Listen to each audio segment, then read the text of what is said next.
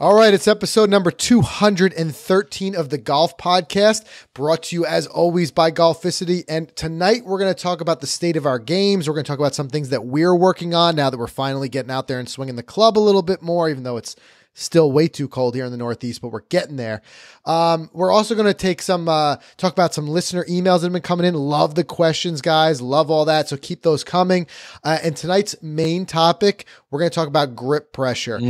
I've been so focused on fundamentals, Mike, and ever since even just a couple of lessons that we've recently taken, even the clinic that we did when we were down in Orlando, it just reinforces to me how important fundamentals are, grip pressure being one of the keys, because it's your connection to the club. I mean, that's where the magic happens, so to speak. So I can't wait to get into that. But before we do, as always, I have Mike here with me. Mike, what's going on with you? Not much, Frank. You know, had a fun little live segment just now with you. That was cool, gearing up for that Masters. So I'm still wearing the jacket. If I know, I'm sweating in it. Yeah, we've got the green jackets. I'm wearing this all week because as of when we're recording this, it's Masters week. This will probably drop right after. But man, my favorite week of the year. Yeah, by far. So, you know, things are good. I got into the simulator last Friday. I had the day off from work. So I kind of went in there, played, I think, 9, 12 holes, 9, 11, 10 holes, something like that. Just wanted to get some swings in. I stopped my round mid-round because I wanted to go back just on the range and work on things. Now, here's something that's interesting. Maybe you can kind of help me out here. I'm getting some pretty good distance with the new driver. I'm hitting the ball consistently like 265 to 270, 272. Okay. Here's the strange thing. I'm hitting the 3-wood the same distance off the mat. Now, why would that be? You're hitting the 3-wood the same distance as that driver? I'm hitting the 3-wood. And you're confident that it's not just like subjective, like it's near the flag. It's 262, 264. I wouldn't say fully same. I mean, let's maybe 10 yards shorter. Let's say that. Gotcha. All right. So what you'd have to look at is with the driver, are you completely maximizing it? Like that's where you're going to start to get into things like launch angle. Probably Sometimes not, right. People launch it too high and end up losing a little bit with that. So I think you would have covered some of that as part of your fitting. Yes. But also you wanted to look into, you know, with comparing apples to apples, I'm guessing that the 3-wood is maybe not fitted. Right. That was the bomb tech that was just sent to me. Right. And those bomb techs do fly, man. Without a doubt. Yeah, it flies. But hey, look, sometimes too, you get a club that's just a distance. We talk about distance versus forgiveness, right? So maybe you're getting a little more distance, but how accurate are you with it? There's a lot of factors at play there, but you know what? That's one reason why too. Fittings have been something that have been on the tip of our tongue because we've learned so much in the past. What is it now? Year and a half to 2 years, you and I have gone for a number of different fittings with a number of different fitting professionals, and we've learned a lot about it. And prior to that, we hadn't done any fitting. So we're starting to learn the value in that. But I think that that's the value in getting a full bag fitting. Yes. Getting somebody who's going to see the driver and then with the 3-wood. And I think a big part of a full bag fitting is making sure, and we've talked about this before, all of your gaps in your distances are covered. And we've talked about it a lot with wedges, right? And because we talk about like your gap wedge, you know, what gaps are you going to cover? But you also don't want to have gaps there where you're missing out on potential scoring chances with some of your woods. You know, your metals, as they say now, right? So you have that in that condition, you may be like, well, what am I doing if that I'm hitting the 3-wood and the driver the same, and making sure it's good if you can get those fitted in the same fitting. So, yes. You know, luckily for us, that's going to be something we're going to be diving into this summer. So I think when we do that, when we do our full bag fitting, which we're going to do a whole video for, we'll bring you guys along for that soon because I think it's going to be enlightening. I think it's a great question that we can ask, and we can find out a little bit more about exactly that. And that's something you should, or if anybody else is faced with that, that's something you should identify. And it's a good statistic to have to bring to your coach, your fitter, whoever you're working with, and tell them, I'm hitting these the same distance. Have and I like when you have a coach and fitter working hand in hand, you tell the coach, is like, is there something in my setup that I'm doing wrong? And then the equipment guy, is there something in my equipment that I'm doing wrong? And what I'm most excited about that fitting, Frank, is I am so curious to find out if I should even be playing hybrids. Remember we had this conversation? Yeah. Or because I have in the last 6, 7, 8 years.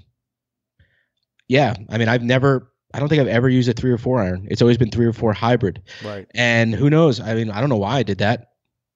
Well, I thought you always had such a comfort level. I thought that was the big part. I think that was just really it. It was comfort level, but they were shorter shafted clubs. I feel like I was just, I don't know. I don't know. I always felt like I chunked the 3 and 4 iron. I wasn't hitting them. I wasn't attacking the ball at the right angle with those clubs. Yeah. I think my shafts were, they were completely different. I was just playing with like a mixed bag, and I'm like those clubs, those 2, 3, 4 hybrids just worked for me, and I kept them for all these years. Yeah. But if this fitter could be like, Mike, you're killing yourself using these. You need to hit this 3 iron, and who knows? Maybe the flight path's much better. And or it like might go the other way. They may more solidify your decision to use. Yeah, they might. But either way, I like that, and I like the idea of every once in a while reassessing it because games change. Arguably, your game is better, than it was 2 years ago. Your end handicap is lowered, so I think that's where the good thing is to assess that every once in a while. I too, I never had confidence or hit hybrids well, but I'm willing to take some swings and see if it's something that I'm missing out on.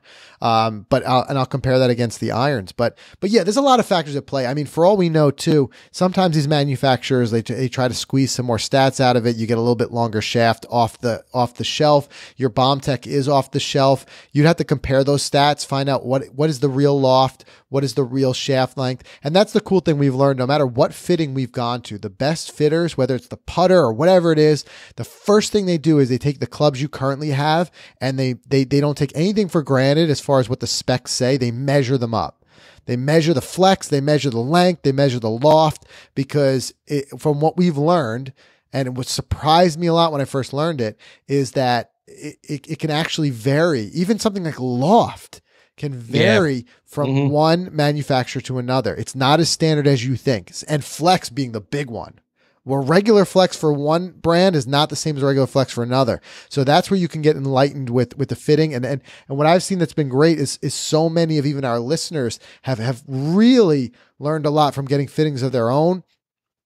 Big shout out to Ed, who just recently, Ed DeTuza, who did a great article on Golficity. He actually reached out to me. He did a driver fitting for the first time after having a bad experience where he thought he knew what driver he wanted, walked into Dick's, or I don't want to be hard on Dick's because, I don't know exactly if that was the store he mentioned. I just think so. But it was just at that time he walked in, there wasn't a fitter available or whatever it was. And he was just going to get off the rack. And all of a sudden he had like a gut feeling, no, this is not the right play, and went back for an independent full fitting, and how much he learned from it, found the right club for him. And he did that whole write up on Golficity, which you can get in the app as well. So if you haven't checked it out, definitely check that out. But that's what I mean. Like, there's just so much to learn there. So Mike, there's a lot of things at play from both the standpoint of a coaching and an equipment side, but I think it's something to look at for sure. Yeah, absolutely. I'm looking forward to it. Yeah. So for me, a big thing that I'm working on is again, come back to fundamentals, right? I try not to focus on too much mechanics, because I like to not be overly like mechanically driven when I try to like play a little bit more with what I'm comfortable with and feel, but I am diving a little bit deeper into my mechanics this year. One big thing I'm doing is wrist angle at the top of my swing. And since identifying that, which by the way, was something that Travis Fulton saw when we were doing that clinic with him. We're going to actually be bringing him on the podcast next month, so I can dive into it a little bit more with him. But he noticed right away my wrist angle at the top was causing problems where I was having to really rely on my timing to square my face up at impact. We've seen this with even guys like Ricky on tour when Butch Harmon worked with him.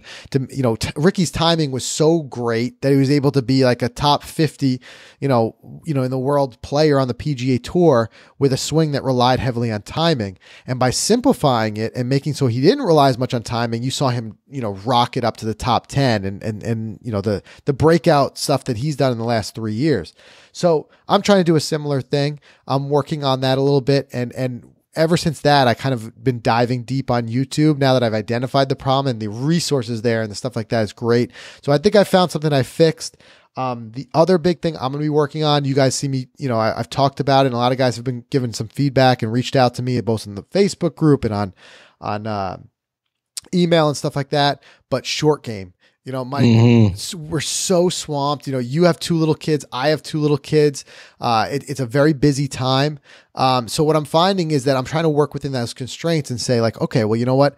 I may not have as much time in my life right now to hit the range and do full range sessions as often as I want, but I can steal 30 minutes here and there to go in my backyard and work on short game. Yeah, you can work on the feel. Putting, even in the house. So I think you got to like play to where you're at in your life and make it work and do something right. It's better than doing nothing and just saying, I don't have time to play golf. I see too many people get away from the game when they have these busy times in their life, whether it's you just had kids, you just got married, you're going for your master's, you went back to school, whatever. And they it's like all or none. It's like, I don't have time for golf, and they put it away. Well, I think the better thing is like find a little time. Even if you find a little time just to keep something active, just putt for a little bit, whatever it may be. So those are going to be my big focuses this season. And I'm going to, constantly report back here of how that's going. Yeah, I like it. And I know I'm going to I'm going to sprinkle one more on top. And I know you can agree on this is proximity to the hole is something, it's kind of one of those stats I really want to improve. I want to score. I really want to score in this game. I want to hit more targets better. So I'm going to try to work on like target practice. I call it like my throwing darts sessions that I'm going to be having at the range. So I'm going to see if it works, but that's where I am. And if we could just get this weather to turn, man. I know. It's ridiculous. It's so frustrating. I not usually one to like complain about the weather. I'd never complain when it's hot. I'm never a person who complains it's too hot because I always think about when it's cold for all these months. But more people I think than ever have said, and of every age. I even saw my grandmother the other day, and she was saying the same thing. She's like, I just can't remember a winter like this, a no-break winter as long as it is. We're watching the Masters on television, and we've got the threat of more snow coming on Friday here in New York. It's like, come on, give us a break. And I know a lot of guys too have been saying the same thing, both in the Facebook group and stuff. It's like, just give us a break and let us get out there. So there's going to be a lot of anxious golfers and a lot of packed tee times really soon. I mean, you the other day, Mike, you had a tee time scheduled, and then we got slammed with 4 inches of snow just the other Tuesday. I know. It's and like, they closed the course. It's crazy. But what are you going to do? We'll get out there. But that's what I'm saying. Like, do what you can. Do what you can. Practice indoors, whatever you can do. Just try to get it in and stay fresh. So, all right, that said, one other thing I wanted to mention, again, I love when you guys reach out to us. It's not in any way a burden. As much as we can, we try to get back to as many people as we can. I like hearing your perspectives. I like hearing a little bit more about it. We had an email that came in, and this is a great point. And what I want to do at some point, Mike, is we working on the podcast is bringing strategically some specialists in who are, very knowledgeable in specific areas of the game, right? Whether it be equipment or fitness or whatever it may be. And the same thing in the podcast group. You and I were learning it as we go, and we're trying to share what we learn here, right? But we don't necessarily have the huge in-depth knowledge that we get from some of these guys who are just like, they live it. They live different areas of the game. So we're trying to bring them into the Facebook group. We're trying to bring them on the show. One thing that's on my short list, I want to bring somebody who's like very knowledgeable with golf balls in general on the show to talk about specific things. We're going to try to do that at some point. We're even seeing golf ball fittings now, because there are questions, and because there's so much technology in golf balls now, it can get a little bit confusing of what ball to play. So interesting question came up. Cam had emailed me. I won't share his last name because for an enemy. What word did I just say? Dude, I like it. Run with that. Oh boy, man, I'm a little tired here. I don't always know when you guys want me to share your full name on the air. So what I'll just say is that Cam had written us, and he had mentioned that he prefers playing, a soft golf ball. And I'll just kind of summarize this a little bit. But he shared that he has very similar statistics to me from his ability standpoint. Swing speed's very similar, 100 to 107 miles an hour. Same thing with handicap, shooting most rounds in the mid to low 80s. And he had said he enjoys playing a softer ball. But he was starting to see some pressure of people saying to play more of a he's playing a 2-piece ball and playing more of a 3-piece ball or something higher than that for more shot shaping ability and more ability to work the ball. And then one thing that, I kind of like, I won't get into the entire thing here, but I had been in a kind of a similar standpoint. I enjoy playing a softball as well. I've had a lot of success with the Callaway Chrome Soft, which is a 4-piece ball, I think, in its latest iteration. But as you guys know, we've also seen a big part of that is being budget. You got to be budget minded to a certain extent. We don't all have enough money. I mean, I think if we all had unlimited funds, everybody would just be out there playing Pro V1s, right? I mean, let's be real about it. But when you get up there, $60, almost a dozen, you have to start making some decisions. So recently you've had the Titleist Tour Soft. Here's a ball that is a 2-piece ball. But Titleist makes it, directly to compete with the Chrome Soft. And I've seen a lot of debates online too, where people saying, well, if it's competing with the Chrome Soft, then why have it be a 2-piece? And people say, is that going to be an inferior ball? I like the savings because the Tour Soft is at least, now that we've seen the Callaway Chrome, especially with it being taking off in popularity, it creeping up there in price. We're seeing it getting up there in the $50 a dozen range. So you come in with the Titleist Tour Soft at $30 a dozen. You start to raise a little bit of eyebrows. But the thing I want to say here, more importantly, is I wouldn't get too hung up on how many pieces the ball is, right? Because you even have like the TaylorMade, the TP5 is a 5-piece ball. It's not always a direct relationship. The more pieces, the more shot shaping ability and stuff like that to the ball. There are so many different advances happening in so many areas of equipment. There's so much. I can't even tell you guys how much money is put into this, and from a research standpoint. And you take a company like Titleist, right? They don't like to put out anything that's second rate. So now the Tour Soft, it's a 2-piece, but it's got this special Surlyn cover, that is supposed to make up a big part of that difference. And also the not just being 2 pieces, the inner core is made up of a blend of 4 different materials. So again, without getting into like the exact engineering specs of it, I think the most important takeaway is not just to get hung up on preconceived specifics, like saying like just because it's more pieces, it's going to work better for you.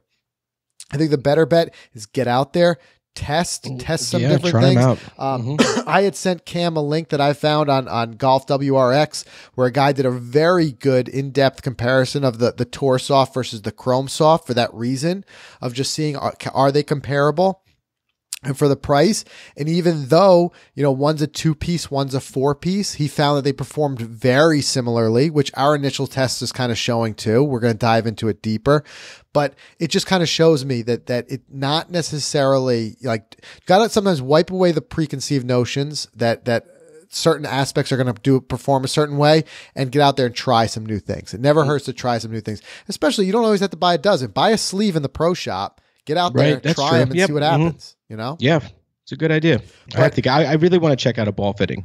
Yes, without a doubt. So, I think that's a fun thing to do. And I think it's something you can do a little bit on your own because you can test and just try. It's not as expensive as going out there and buying a 5 different 7-irons and trying them out.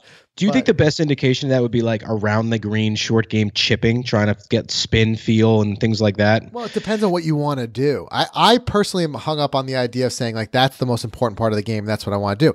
You get guys that are just locked in on they just want distance, know? And that's where a lot of these guys try to market these softer balls. So you have the feel, but you can still have the distance. Yeah, it's tough to say, but. I'm just trying to think of the best way to do this. I think the best way is to identify what's most important for your game and what you want to perform, and then find a ball that does that, and then try a couple different ones out and work your way into the right one.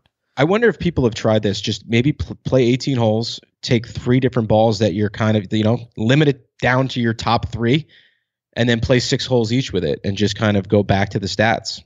Yeah, you could definitely do that. I mean, I don't know how much you get statistically in just 6 holes. I like the idea of getting out there a little bit more. Right?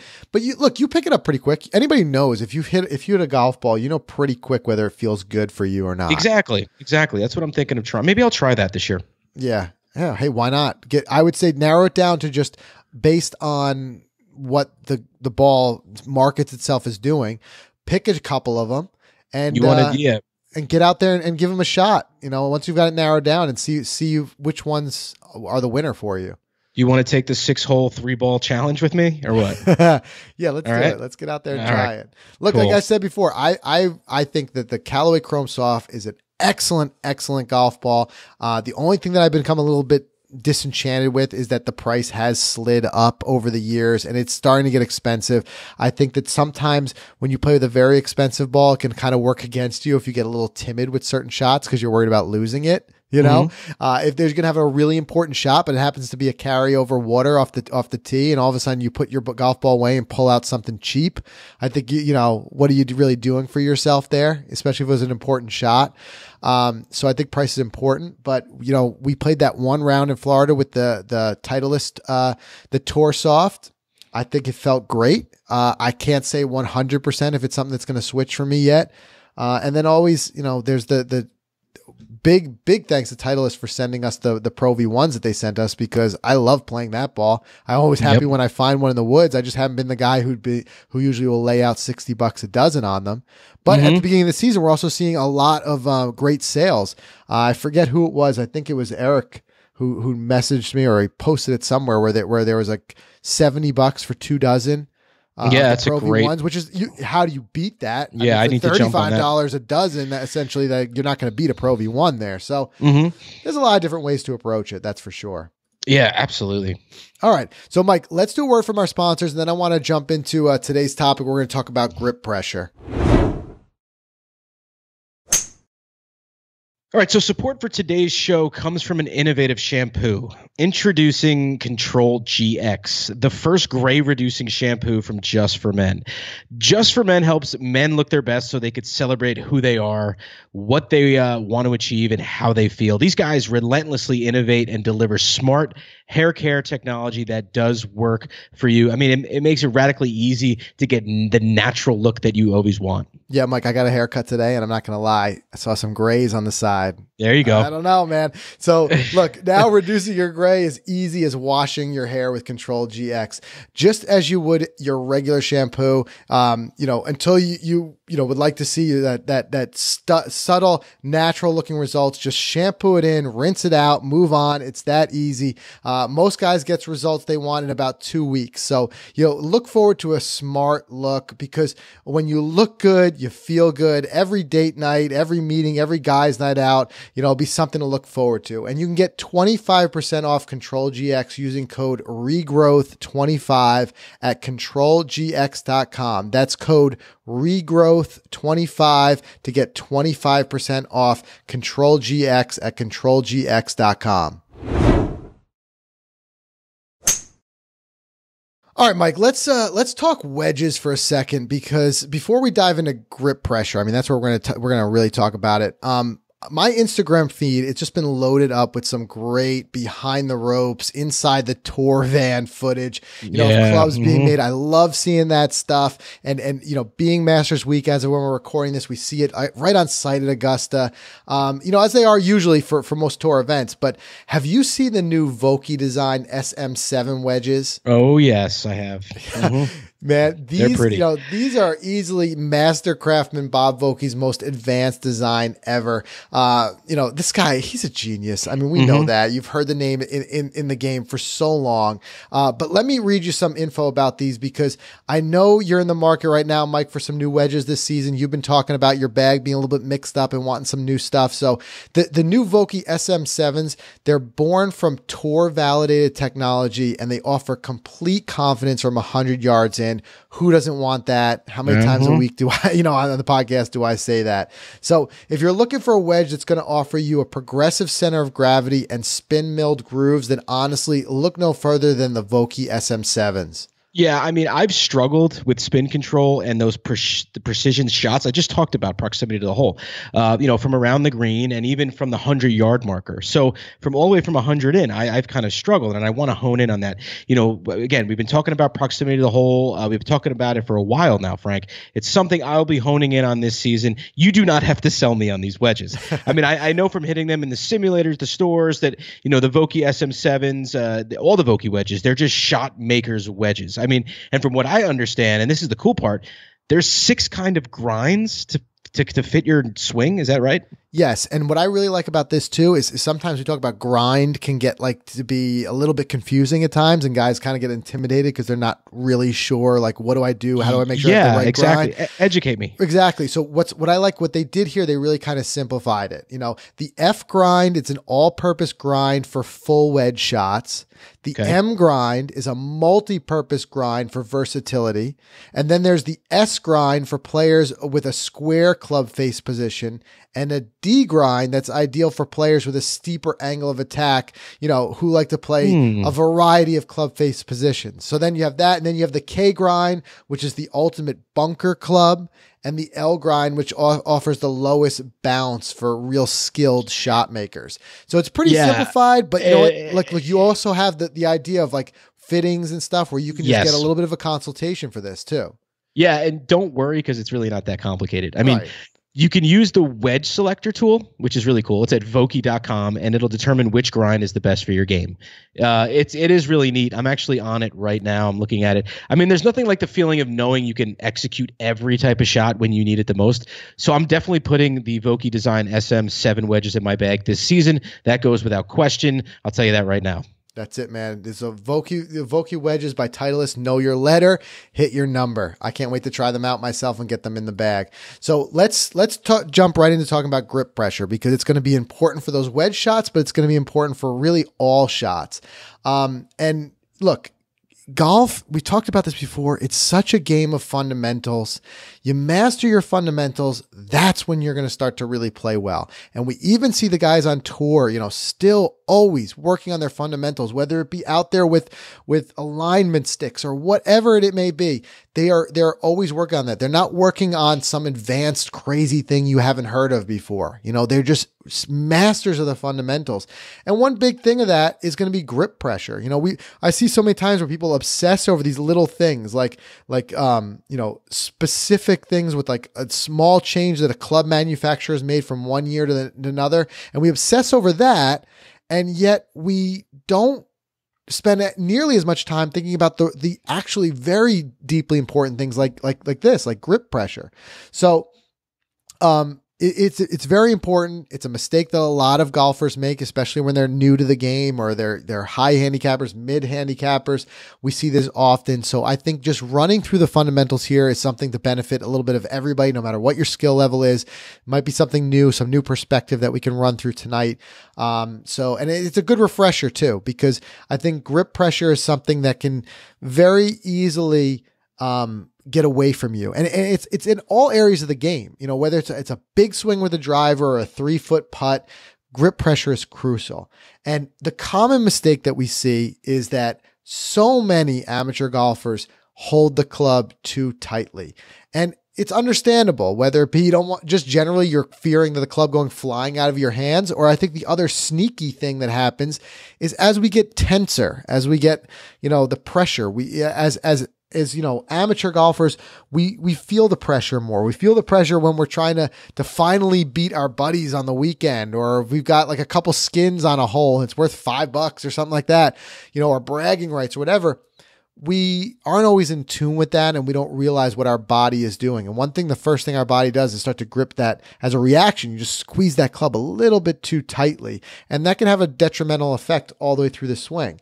So it's really important. It's really important to get that accurate grip pressure. So it begs the question, Mike, what is the ideal grip pressure? And I think the best way to think about That's what I need to know. Yeah. Let's cut right to the chase here. Right? Yeah. Uh-huh. I think what you want to do is you want to make sure that you hold that club, you know, tight enough to maintain control, but no tighter than that. You know, so it's basically as loose as possible without losing control, so to speak. The only grip which is too light, and this is another way to think about it, it's only become too light is if the club is able to fly out of your hands. Then you're holding it too light. Mm-hmm. All right. But otherwise, most guys are just gripping it too tight. And let's talk about some of the problems that result from that and that type of, you know, too tight grip pressure. Obviously, the one thing that would happen for too loose is the club goes flying. Beyond that, all the problems you're going to have are going to be with holding it too tightly. And one big thing is lost distance. And I think big part of why a lot of people say golf is so hard or it's so confusing is because certain things can seem counterintuitive, right? We talk about like, hitting it far. You don't need to be super strong, have huge muscles, right? Similar type of thing with the grip. Sometimes we feel like to hit it really far, you got to like really just like grip on, like people even say, grip it and rip it. I think it gives you that false impression that you need to be like death gripping that club.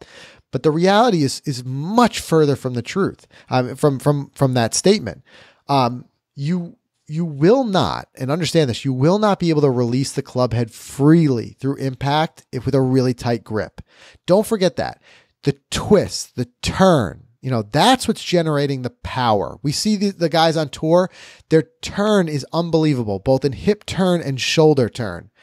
And they're able to generate tons of power there. But that power wouldn't go anywhere if they held that club too tightly. They've got to have that nice, easy grip on the club so that they're able to release that club and release all that energy. And you pass that energy down from the club to the ball. So it does seem sometimes counterintuitive. You think like really holding it tight is what's going to make you to muscle it, right? And push into that ball. But no, that looser grip is going to allow your hands to be kind of that whip effect that you want, that just releases that club at the right moment and just unleashes all that energy that you've generated from the twist. So that's important. The other important thing is ball striking. We talk about how important in general that can be. If your swing, becomes too mechanical and you hold on too tight with the grip, that's what can happen. It can start to become like a little bit more restrictive. It can, not be able to, as I said, release into the ball. So ideally you want your golf swing to flow smoothly from start to finish without any forced movements or awkward adjustments. I talked about at the top of the show how I'm working on not having to adjust or work on my timing as much by just, changing wrist angle at the top. But a smooth swing is going to be, no matter what, it's going to be very difficult to achieve if you got a tight grip. So you got to have that light grip, and then that smooth swing is going to come with it. And another thing is just not having touch. We've talked about before, synonymous words with that being feel. We talk about feel a lot, but touch, same thing.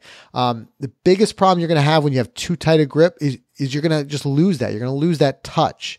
And this is an issue really in the short game, whether it be from chipping or really on the greens as well with your putter. You could see plenty can go wrong if you hold that club too tightly. So we've established that, Mike. We're all on the same page.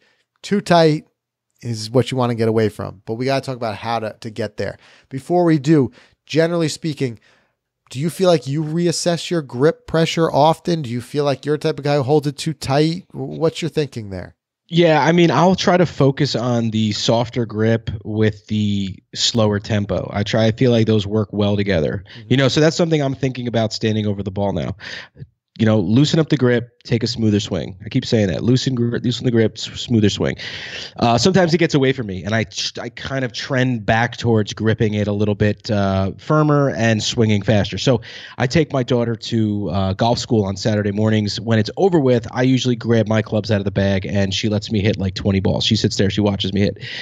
The instructor from the class was walking out, and she stopped by and she watched me take a swing. And as soon as I hit the ball, she looked at me and said, "You were a baseball player, right?" And I'm like, "Yeah, why?" And she said, "I could tell in your grip." Wow. So, right there. So I was like, wow. All right. So, I'll start to focus on, the other things that I want to hone in on, like shot precision and accuracy. And then the swing fundamentals kind of go out the window. Yeah. So my game has to all be put together. I know that. But I do tend to go back to that strong caveman grip, and I got to stop. And that's the truth. One other thing that identifies right there is the more you're around this game, the more you're going to start to realize the people who live the game, the pros, the teaching pros, the playing pros, you start to see how much they really do obsess over these things. The fact that she was just looking at your, so many times, like you tell your buddy, like, look at my swing and tell me what I'm doing wrong. They look at your swing or whatever. A teaching pro like that, they're focusing in on your grip. And same thing happened when I was playing high school golf. My high school golf coach, he would just like the first 2 weeks of the season when we would get together and like even before we get on the course, here in the Northeast, I remember we would do our first 2 weeks in the gym, just, hitting wiffle balls and chipping and stuff like that. He would obsess over the grip and he'd just like, show me your grip. And he would just keep doing the grip. And then you start to realize how important that really is. And I'm getting back into it now with this, like I said, with this wrist angle and stuff like that, and realizing that grip is what presents that how you grip it is largely how it translates to how it presents that club face to the ball at impact. Mm-hmm. So there's so much, whether it be the weak grip, strong grip, neutral grip, whatever, there's so much stuff there, but no matter what, the one common factor is not gripping it too tightly, because as soon as you do, all these things that we just mentioned fall apart. So one way to do this, if you are somebody you find, and I like what you said, Mike, is you're checking in more. I think this is a thing I want people to do, is like bring awareness to it more, check in more. I think a big part of the problem is a lot of people don't even recognize their grip is too tight because it's subconscious, especially when it's a pressure situation. It's a subconscious thing that you're just death gripping that club and you don't even realize it. So as I've said before, one thing I've put into my pre-shot routine, I stand behind the ball, and I take a couple deep breaths, and I take one more deep breath once I'm over the ball, and I use that moment of a deep breath to relax my muscles throughout my body. And don't forget, hands are also muscles, right? Mm-hmm. I relax the hands. And at least, if nothing else, during that deep breath, I'm checking in. Where am I tense? Where am I too tense? Because if you're tense, you can't, there's so much mobility in the golf swing that has to happen. And if you're tense, you're not going to be able to do it. So you got to be able to relax and relax those areas of your body. So going back to that, first identify it, and then once you realize it, start small. If you realize you're holding the club too tightly, a good place to start is in the short game, hitting some chipping and pitching shots. Here's where you can use a light grip and it be more comfortable, because if you are like subconsciously worried about letting the club fly, that's where obviously a full swing is going to raise your anxiety a little bit more. So get used to it with the short stuff, the quarter swings, half swings, 3/4 swings. Build that confidence. Once you start to trust that lighter grip and realize, hey, the club's not going flying. I could do this. I could grip it this light. Start to build up to full iron shots and eventually hitting driver. But what you'll learn as you do that is you'll be shocked at how light you can grip the club even with the driver. So just kind of like work your way up to it and build that trust. It's an important thing to learn how to use that lighter grip pressure, on the driving range, and it's an entirely different thing to use that light grip on the course. You can have a nice light grip, easy flowing swing, beautiful swing on the driving range. You go out to the course, all that goes out the window. Right. And that can happen. And often what it is, it's a trust issue. So the only real cure for that trust crisis, is the confidence that comes with experience. We've done whole episodes on confidence, building confidence. A lot of it comes from experience. So get out there, play a couple of solo rounds if you can. If you're worried about doing this, with your buddies or competition or whatever, just focus on your grip. Don't worry too much about your score. I think anytime, I've said this before, anytime you make a change or you're working on something in your swing, don't get overly concerned with your score. Work on just that thing and then let the scores just kind of follow it. So I like work that. on it. Over time, the lighter grip, it's going to start to feel natural. That's where you want it to be. I forget, but one of the golf coaches said about how many swings it takes for something to start to feel natural. And it's a lot. But as with any change, it's going to take time. And I also am a big advocate of not working on too many things at once, because you can get a little bit, your mind gets tied up in knots during your golf swing. That's not what you want whatsoever. So if you're working on grip pressure, don't also be working on a few other things. Just go out there a couple times and just work on grip pressure. And once it starts to feel natural, you're going to notice you're going to start to play some really good golf. And I think that's the most important thing. The average golfer, would be surprised to learn just how lightly the typical pro holds onto the golf club. It seems like the professional golfers must like hold on to that, club really tightly because of how hard they hit the ball, how fast they're swinging, but it's just not the case. Pros know that a light grip pressure is critical to great play, critical to releasing the club. And you need to learn that same same lesson, and learning that lesson is going to come from getting out there and doing it. So give yourself some time, start on the range, start small, start with chips, start in your house, with just like little stuff, work your way up, then work your way down the course. And even if it's a little bit of a time invested, maybe a couple range sessions, a couple backyard sessions, and a couple of times out on the course of just focusing on this. Once you do start to lock it in, once you do develop that feel and it feels natural, it's something you'll be able to benefit from for a lifetime of golf. So put the time in, put the investment in now, especially if you're newer to the game. Invest in your grip now. It's harder to change as you play longer. At least here, we're not doing a whole grip change. We're just doing the pressure change, but it still takes time. So invest it up front. That would be my tip. Yeah, and what was Sam Snead's most, famous quote? Hold the golf club like you're holding a live bird. And here's a guy who won 82 PGA Tour events and still holds the record for the most. So, and it's something we've heard so many times, right? That we almost, it becomes just like a saying. But if you ever stop to think about it, think about how light you would hold a bird, right? Yeah. I mean, that's what he's trying to liken it to. He's not exaggerating there.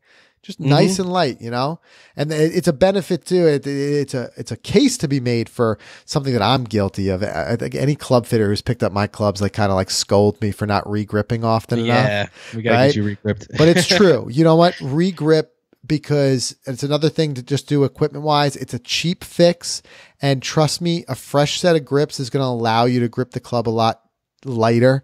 I think as we start to wear our grips down, if I'm guilty of anything, it's definitely this. And you start to not trust it as much. You feel like it's going to slip, and you start to grip it tighter and tighter. So it can be an investment in your game, especially when we talk about how much we spend on things like golf balls. The fact that we don't just go out and re-grip our clubs once a season is kind of a crazy thing if you think about it. Mm-hmm. So get it done, give it a try. It can be important. All right, before we wrap things up, once again, support for this week's episode comes from Control GX, the first shampoo that gradually reduces gray from just for men. Just use Control GX as you would your regular shampoo until you like what you see. It naturally occurs slowly, subtle, natural looking results. Just shampoo it in, rinse it out, move on. You're going to see results in just 2 weeks. So, look forward to that smart look with Control GX, and you can get 25% off Control GX using code regrowth25 at controlgx.com. That's code regrowth25 to get 25% off Control GX at controlgx.com.